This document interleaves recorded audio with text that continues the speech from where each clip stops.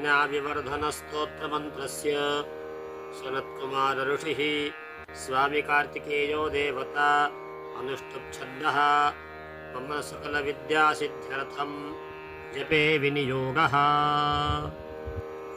श्रीस्कन्द उवाच योगीश्वरो महासेनः कार्तिकेयोऽग्निनन्दनः स्कन्दः कुमारस्सेनानी स्वामी शङ्करसम्भवः गाङ्गेयस्ताम्रचूडश्च ब्रह्मचारी शिखिध्वजः तारकारीरुमापुत्रः क्रौञ्चारिश्च षडाननः शब्दब्रह्मसमुद्रश्च सिद्धः सारस्वतो गुहः सनत्कुमारो भगवान् भोगमोक्षफलप्रदः शरजन्मागणाधीश पूर्वजो मुक्तिमार्गकृतो सर्वागमप्रणेता च वाञ्छितार्थप्रदर्शनः 88 नामानि मदीयानीति यः पठेत् प्रत्यूषे श्रद्धया युक्तो मूको वाचस्पतिर्भवेत् महामन्त्रमयानीति मम नामानुकीर्तनं महाप्रज्ञामवाप्नोति नात्र कार्या विचारणा।